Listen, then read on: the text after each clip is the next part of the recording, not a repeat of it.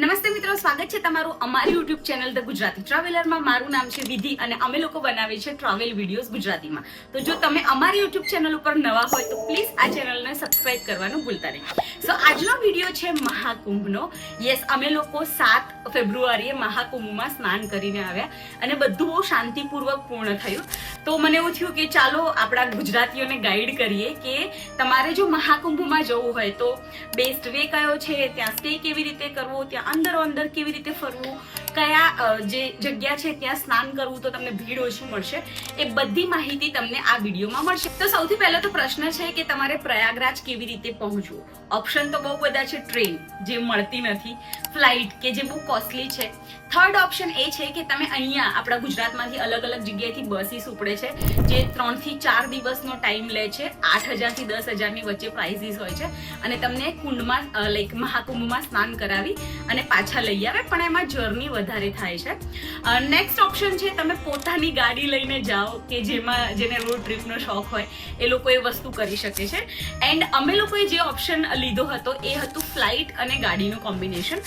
સો અમે લોકો અહીંયાથી ગયા હતા જયપુર અથવા તમે દિલ્હી જઈ શકો છો. બંનેની ફ્લાઇટ કમ્પેરેટિવલી સસ્તી હોય છે. અમને 3,000માં પડી હતી અહીંયાથી જયપુરની ફ્લાઇટ.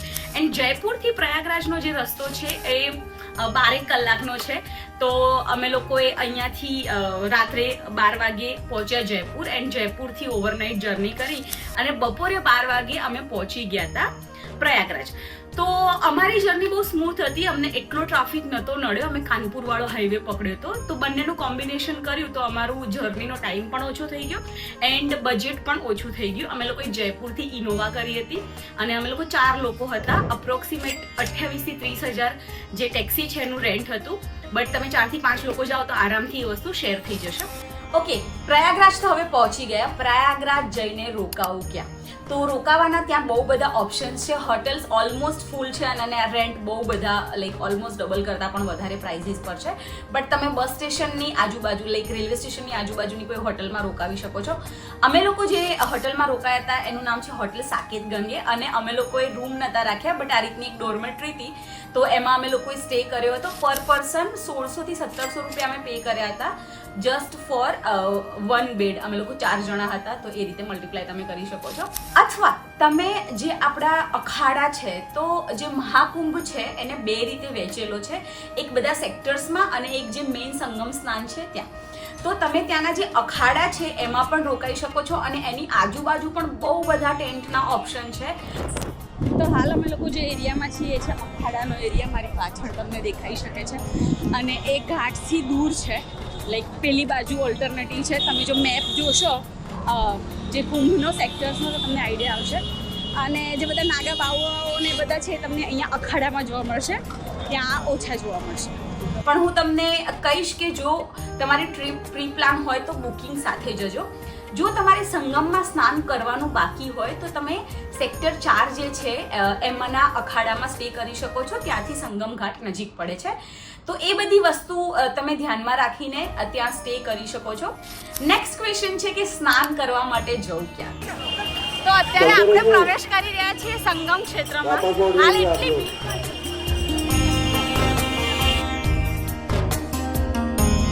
સ્નાન કરવા માટે ત્યાં બહુ બધા ઘાટ બનાવેલા છે. મેઇન જે છે સંગમ નો આખો ઘાટ છે. હું તમને સજેસ્ટ કરીશ કે તમે કિલા ઘાટ ઉપર યા ફિર અરેલ ઘાટ, આ બંને જે ઘાટ છે ત્યાં જતા રહો.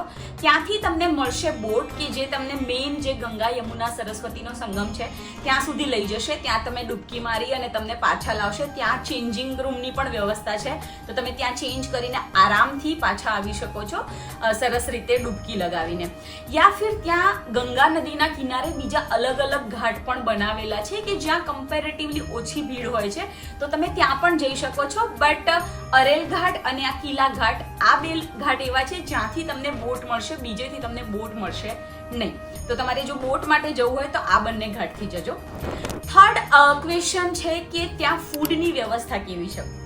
તો જે આખો સંગમનો એરિયા છે ઘાટવાળો, તો ત્યાં આગળ નોર્મલી તમને લાઈક કાકડી અને ભેલપુરી ને એ ટાઈપનો નાસ્તો મળી જશે. બટ મને થોડો અનહાઇજેનિક લાગ્યો, એટલે હું સજેસ્ટ કરીશ કે તમે તમારો જે નાસ્તો છે એ જોડે લઈને જાઓ. ગુજરાતીઓને તો આમ કહેવું ના પડે, બટ અમે લોકો જનરલી નાસ્તો નથી લઈ જતા બહુ જોડે, અને અમને બહુ રિગ્રેટ થયો આ વખતે.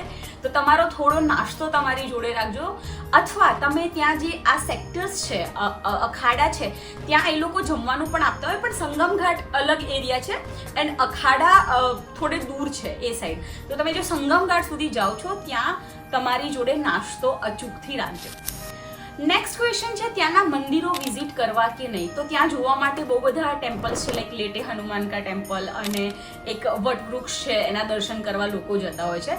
તો હું સજેસ્ટ કરીશ કે અત્યારે ખરેખર બહુ ભીડ છે, તો તમે કોઈ મંદિરમાં દર્શન કરવા ઊભા રહેશો તો એટલી લાંબી લાઈન લાગશે. તો તમારી જે ટ્રીપ છે એને એકદમ બને એટલી શોર્ટ બનાવો, કે તમારો જો મેઇન એમ હોય કે જસ્ટ ગંગામાં સ્નાન કરીને સંગમમાં પાછું આવું, તો મેક શ્યોર કે તમારી ટ્રીપ તમે એટલી શોર્ટ જ બનાવો કે સ્નાન કરી હોટલમાં થોડું રેસ્ટ કરી અને પાછા આવી જાઓ, કેમ કે દરેક જગ્યાએ બહુ ભીડ છે. તો આ બધી જગ્યાએ તમે નોર્મલ ડેઝમાં પણ લઈ શકો છો. બટ આ મારું સજેશન છે, જો તમારે ભીડમાં ઊભું રહેવું હોય લાઈનમાં તો યુ કેન ડુ દેટ. હવે સંગમમાં સ્નાન કર્યા સિવાય ત્યાં કરવું શું? તો જો મહાકુંભનો એકચ્યુઅલ એક્સપિરિયન્સ લેવો હોય, લાઈક સ્નાન તો તમે કરો, પણ જે નાગા બાવાઓ છે કે જે સાધુઓ છે, તો એમને પોતાના અખાડા બનાવેલા છે જેને સેક્ટર્સ વાઇઝ વહેંચેલા છે. તો તમે એ અખાડાઓની મુલાકાત લઈ શકો છો. અખાડાનો મતલબ અહીંયા લોકો સાધુઓ રહેતા હોય છે ને મંદિર જેવું બનાવેલું હોય છે. તમે એમના આશીર્વાદ અહીંયા આવીને લઈ શકો છો. અને યસ, દરેક સાધુનું અલગ અલગ મહત્વ છે અહીંયા. એ અખાડાનો જે એરિયા છે ત્યાંથી લાઈક સંગમના એરિયાથી અખાડા સુધી જવા માટેની વ્યવસ્થા છે. ત્યાં આ રીતના પોન્ટોન બ્રિજ બનાવેલા છે, તો તમે એના થ્રુ પણ જઈ શકો છો. બટ આઈ વુડ સે કે અખાડા is like must visit place. ત્યાં તમને એકચ્યુઅલ મહાકુંભની જે વાઇબ છે, કે જે બધા સાધુઓ આવે છે, એ પોતાની ઝૂંપડીમાં બેઠેલા હોય, કોઈ જગ્યાએ સત્સંગ ચાલુ હોય, કોઈ જગ્યાએ એમની કરામત બતાવતા હોય, તો એ આખી જે ટોટલ વાઇબ છે એ તમને અખાડાઓમાં મળશે. તો એક લાઈક સંગમમાં સ્નાન કરો, અને એક બીજું કે અખાડાની મુલાકાત લો. આમાં તમારા 2 દિવસ મિનિમમ તમને જોઈશે, જો તમારે આ બંને વસ્તુ સારી રીતે કરવી હોય તો. નેક્સ્ટ ક્વેશ્ચન છે કે પ્રયાગરાજમાં અંદરો અંદર ફરવા માટે શું વ્યવસ્થા છે? આઈ મીન, જો તમે બસ થ્રુ જાઓ છો કે ટ્રેન થ્રુ જાઓ છો તો તમને એક લિમિટ સુધી રોકી દેશે. ઇવન તમે પર્સનલ ગાડી લઈને પણ જાઓ છો તો જો બહુ ટ્રાફિક હશે તો તમને એક લિમિટ સુધી એ ગાડી મુકાવી દેશે. તો એના પછી શું કરવું? તો ત્યાં તમને એક તો ગવર્મેન્ટની બસ સેવા ચાલુ છે, તો એમાં તમે બેસી શકો છો, બટ અલ્ટિમેટલી એ ટ્રાફિકમાં ફસાશે. બીજો ઓપ્શન છે કે તમે ઈ રિક્ષા કે રિક્ષાનો યુઝ કરી શકો છો. And third and best option છે, ત્યાંના જે લોકો છે એ પોતાના બાઇકની સેવા ચાલુ કરી છે, જેમાં 2 લોકો બેસીને તમને એક જગ્યાએથી બીજી જગ્યાએ આરામથી પહોંચાડે, કે જેમાં લાઈક રેટ પણ નોર્મલ છે, પ્લસ તમે વધારે ચાલવું પણ નથી પડતું, અને બાઇકે નાની નાની જગ્યાથી એક જગ્યાએથી બીજી જગ્યાએ જવામાં એ કન્વિનિયન્ટ રહે છે. તો યસ, તમે બાઇક પણ લઈ શકો છો, આઈ મીન 2 વ્હીલર, કે જેમાં 2 લોકોને બેસાડશે. અમુક વાર તો તમારું જે એ બાઇક છે આખું તમને જે ઘાટ, સંગમનો ઘાટ છે ત્યાં સુધી પણ ડ્રોપ કરવા આવતું હોય છે. તો જો તમારે વધારે ચાલવું ના હોય તો તમને આ વ્યવસ્થા પણ ત્યાં મળી જશે. નેક્સ્ટ ક્વેશ્ચન છે, અમારો મહાકુંભનો અનુભવ કેવો રહ્યો? આઈ વુડ સે હું જ્યારે મહાકુંભમાં ગઈ, લાઈક જે વિચારથી ગઈ હતી એ મને એવું હતું કે આટલી બધી વસ્તી મહાકુંભમાં કેમ આવે છે. આઈ મીન 40 કરોડના આંકડા જે બહાર આવી રહ્યા છે, તો એક ગંગામાં ડૂબકી લગાવવાથી સ્નાન કરવા માટે એવું તો શું થાય છે લોકો સાથે કે આટલા બધા લોકો ત્યાં આવે છે? તો અલ્ટિમેટલી હું એ જોવા ગઈ હતી. અમારી જે જર્ની હતી, અમે 12-1 વાગે ત્યાં પહોંચ્યા. પછી અમે લોકો ચાલતા ચાલતા, લાઈક અમને ખ્યાલ નહોતો કે એક્ઝેક્ટલી કયા ઘાટ ઉપર જવું અને સ્નાન કરવું. તો અમે લોકો બહુ ભટક્યા અહીંયાથી ત્યાં, બિકોઝ બહુ કોમ્પ્લેક્સ છે એ વસ્તુ. અને અમે જેવા એક ઘાટ ઉપર પહોંચ્યા ત્યાં બોટ પડી હતી, તો અમે લોકો એમને કીધું કે અમને બોટથી સંગમ સુધી સ્નાન કરાવવા લઈ જાઓ, બટ એ લોકો બિલકુલ નહોતા માનતા. દે આર લાઈક કે અમને આદેશ મતલબ ના પાડી છે ગવર્મેન્ટ વાળાએ, અને ગવર્મેન્ટનો જે માણસ હતો એ કે એ લોકો થાકી ગયા છે, અમે લોકો કશું કરી શકીએ નહીં. પણ જે વીઆઈપી લોકો હતા એમને એ લોકો લઈ જતા હતા. તો અમારે આઈ થિંક 45 મિનિટ્સ જેવો ટાઈમ એ લોકોને કન્વિન્સ કરવામાં ગયો કે પ્લીઝ લઈ જાઓ, અમે બહુ દૂરથી આવ્યા છે, બટ અલ્ટિમેટલી એ લોકો માન્યા ના હતા. અમે લોકો અત્યારે ઘાટ ઉપર છીએ, એન્ડ અહીંયા બોટ એટલી બધી ખાલી પડી છે, પણ અહીંયા કોઈ સ્નાન કરાવવા લઈ જવા માટે તૈયાર નથી. બહુ બેકાર સગવડ. બોટવાળા એવું કહે છે કે અહીંયાની આ વાળા લોકો ના પાડે છે, અને આ લોકો એવું કહે છે કે બોટવાળા થાકી ગયા છે. વાવ.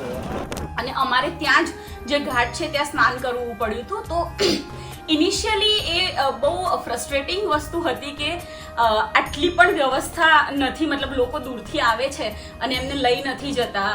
પછી ગંગામાં સ્નાન કર્યું. સો ફાઇનલી અમે લોકોએ સ્નાન લઈ લીધું છે. અહીંયા ઘાટ ઉપર જ કોઈ બોટવાળો આવવા રેડી નહોતો, મતલબ આઈ ડોન્ટ નો એ લોકોનું યુનિયન છે કે શું છે.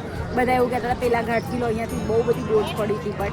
બટ ફાઇનલી અમે અહીંયા ઘાટ ઉપર જ સ્નાન કર્યું એન્ડ ઇટ ફીલ રિફ્રેશિંગ. અને અત્યારે વાઇબ બહુ મસ્ત છે, સનસેટ થઈ ગયો છે. થોડું એક રિફ્રેશમેન્ટ જેવું લાગ્યું. મસ્ત મજાનો સનસેટ જોયો, મારો ફેવરેટ, એટલે તો હું પાછી ખુશ થઈ ગઈ.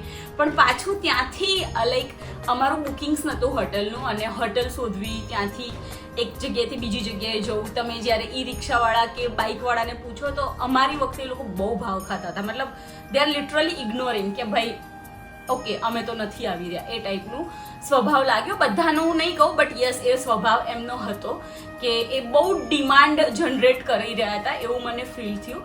તો first day was very frustrating for me. Like સ્નાન મેં કર્યું હતું, એ ટાઈમ થોડો સારો હતો. બટ મારા માટે લાઈફ ચેન્જિંગ મોમેન્ટ તો ના કહેવાય, પણ જે થોટ ચેન્જિંગ મોમેન્ટ હતી કે અમે લોકો જે હોટલમાં રોકાયા હતા ત્યાં 70+ એક દાદી હતા એન્ડ એમની જોડે હું વાત કરતી હતી. શી વોઝ ટેલિંગ કે એ લોકો 6 કલાક ચાલીને છેક સ્નાન કરવા માટે આવ્યા, પ્લસ એ લોકો નેક્સ્ટ ડે પણ જઈ રહ્યા હતા. એન્ડ પછી એમને જે એનો આખો મહિમા, એની જે વાત કરી, એની જે શ્રદ્ધા વિશે વાત કરી, સો ધેન આઈ રિયલાઇઝ કે ઓકે આઈ હેવ અચીવડ સમથિંગ. કે મહાકુંભમાં સ્નાન કરવું મારા માટે પણ એક મોટી વાત થઈ. પછી ત્યાં મને એક એનર્જી ફીલ થઈ. પ્લસ અમે લોકો અખાડાની મુલાકાત લીધી, તો એ બહુ મસ્ત એક્સપિરિયન્સ હતો અખાડાની મુલાકાત લેવો અને ત્યાં લોકોને જોવા, લોકોની શ્રદ્ધા જોવી. મારા માટે તો that was one of the best moment, હું એવું કહી શકું. But overall it was good experience. અને અમારી ટ્રીપ 2 દિવસમાં પતી ગઈ હતી. અમે રાત્રે નીકળ્યા 9:30 અહીંયાથી જયપુર પહોંચ્યા 11:30. 12 વાગે અમે લોકોએ બસ લીધી, ઇનોવા ગાડી લીધી. એમાં અમે લોકો નેક્સ્ટ ડે 12 વાગે પહોંચી ગયા પ્રયાગરાજ. સ્નાન કર્યું, થોડું બેઠા, ત્યાં પછી રાત્રે હોટલમાં સ્ટે કર્યો. નેક્સ્ટ ડે અડધો દિવસ અમે લોકો અખાડામાં ફર્યા અને પછી અમે લોકો પાછા નીકળી ગયા જયપુર જવા માટે. તો ઓવરઓલ અમારી 2 દિવસમાં આ ટ્રીપ પતી ગઈ હતી. ઇટ વોઝ શોર્ટ એન્ડ અમારે જેવી જોઈતી હતી એ રીતની હતી. બજેટ વાઇઝ પણ it was very normal. So yeah, that was hour experience related to Prayagraj. I think મેં આ વિડીયોમાં દરેક વસ્તુ કવર કરવાનો ટ્રાય કર્યો છે. આઈ મીન સ્ટે, ફૂડ, દેન કેવી રીતે પહોંચવું, ત્યાં શું વ્યવસ્થા છે, આ બધી જ વસ્તુ. બટ છતાં પણ જો તમને કોઈ ક્વેશ્ચન હોય પ્રયાગરાજ રિલેટેડ તો તમે નીચે કમેન્ટમાં મને પૂછી શકો છો. પ્લસ પ્રયાગરાજ છે 26 ફેબ્રુઆરી સુધી. આઈ નો હું વિડીયો બનાવવામાં બહુ લેટ થઈ ગઈ છું, બટ તો પણ મને એવું થયું કે મારે એક વિડીયો બનાવવો જોઈએ, તો એના માટે આ વિડીયો હું મૂકી રહી છું. Thank you so much. આવા ઘણા વિડીયો જોવા માટે જોતા રહો the Gujarati traveller. Bye bye.